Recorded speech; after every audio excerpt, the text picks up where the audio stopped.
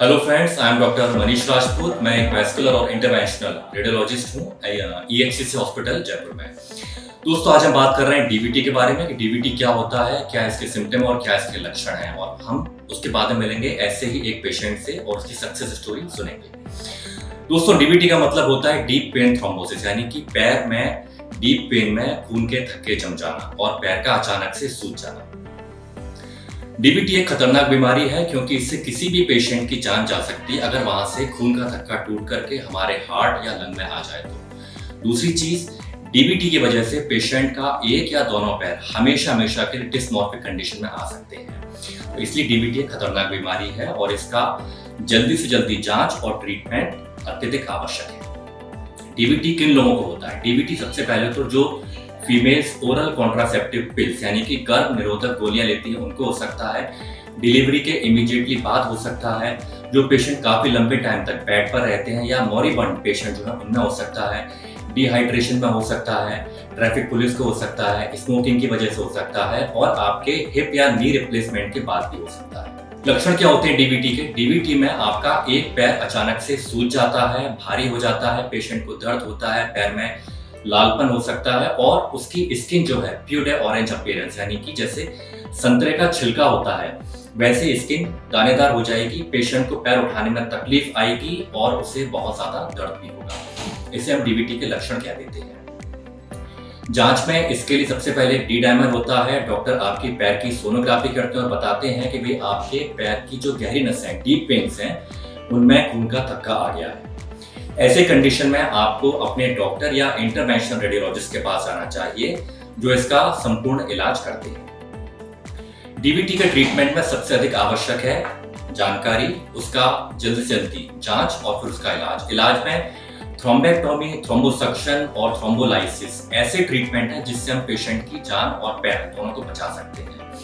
तो जब भी ऐसा पेशेंट आता है और अगर उसकी मेजर डीप वेन यानी कि पैर की, थाई की और पेल्विस यानी कि पेट में अंदर की वेन में खून का थक्का जमा है तो ऐसे पेशेंट में सबसे पहले हम आईवीसी फिल्टर डालते हैं, यानी कि वो मुख्य नस जो हार्ट तक सारा गंदा खून या डीऑक्सीनेटेड ब्लड को लेकर के जाता है, हम उस मुख्य में एक इंफीरियर वेना के बाद फिल्टर डाल देते हैं, एक छतरी डालते हैं, जिससे नीचे से आने वाले थक्के सारे उस छतरी के अंदर आ जाते हैं और पेशेंट की जान बच जाती है, यानी कि वो थक्के लंग में या हार्ट तक नहीं आ पाते हैं। उसके बाद ऐसे पेशेंट में जो है जो भी खून के थक्के जमे हैं उनको थ्रोम्बोलाइसिस यानी कि दवाई डाल करके उन थक्कों को खोला जाता है, या थ्रोम्बेक्टोमी, थ्रोम्बोसक्शन यानी कि मशीन के द्वारा, पाइप के द्वारा बिना कोई चीर-फाड़ किए, बिना किसी ऑपरेशन के उन खून के थक्कों को खून की नसों में से खींच करके बाहर निकाला जाता है।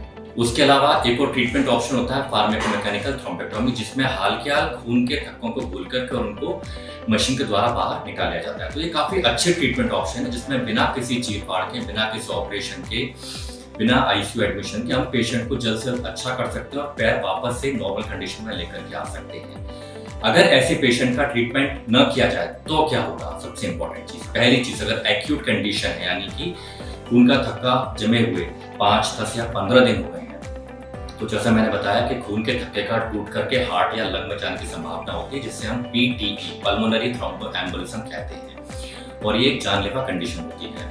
उसके अलावा पेशेंट को डेफिनेटली पेन होता है, सूजन होती है, पेशेंट पैर नहीं उठा पाता है। कुछ टाइम के बाद ये कंडीशन ठीक हो जाती है, यानी कि उसका दर्द तो ठीक हो जाएगा लेकिन पैर हमेशा हमेशा के लिए मोटा हो जाएगा और सेकेंडरी क्रॉनिक वीनस इनसफिशिएंसी होने की वजह से पेशेंट को उस पैर में वेरिकोज वेन डेवलप हो जाएंगी, पैर में वापस से पेन स्टार्ट हो जाएगा, पैरों की स्किन का कलर चेंज होने लगेगा, डार्क ब्राउनिश या ब्लूइश होने लगेगा और उसके बाद अल्सर बन जाएंगे।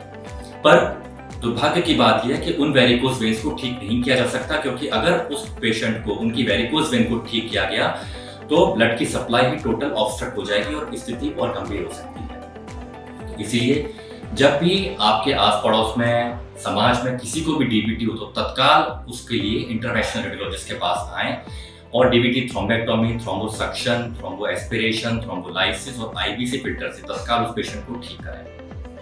ये सब आपके लिए जनहित में है। और अब हम मिलते हैं ऐसे ही एक पेशेंट से जिनकी सक्सेस स्टोरी हम सुनेंगे, जिनको पोस्ट पार्टम यानी कि डिलीवरी के बाद डीवीटी हुआ, हमने उनका थ्रोम्बेक्टोमी करके और आईवीसी फिल्टर डाल करके उनको पूरी तरह से ठीक किया है और अब वो हमेशा हमेशा के लिए ठीक हो चुकी है। आइए मिलते हैं ऐसे पेशेंट। मेरा नाम कविता यादव है। मैं शाहपुरा से आई हूँ। मेरे प्रेगनेंसी 1 मंथ हो गया। मतलब 4 नवंबर को मेरे पेन स्टार्ट हुआ था राइट लेग में। और प्रेगनेंसी में 10 अक्टूबर को हुई थी सीजरियन। फिर पेन हुआ, रात को मेरे को स्वेलिंग आई, थोड़ी बहुत पेन है। स्वेलिंग आके 5 तारीख को मेरे फंक्शन में लोकल डॉक्टर वहाँ शाहपुरा में जा रही थी डॉक्टर के पास। इनिशियली सुबह तो रात तक ठीक था। फिर रात को प्रॉब्लम फिर से स्टार्ट हो जाती है।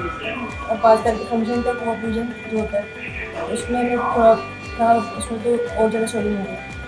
फिर मैं 8 तारीख को यहाँ पे आई हॉस्पिटल में। फिर पता चला कि ग्रोथ हो गई, जो पैर में जो होते हैं प्रेगनेंसी के बाद हो जाता है।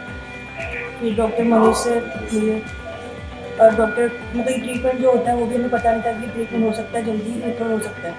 नहीं तो कुछ डॉक्टर ने बोला 6 मंथ तक आपको टेबलेट लेनी पड़ेगी, 6 मंथ तक प्रोसेस चलेगा ये। और एक ट्रीटमेंट जो जल्दी हो सकता है, रिकवर कर सकते हैं। तो मैंने वो करवाया और मेरा जल्दी रिकवर हो गया।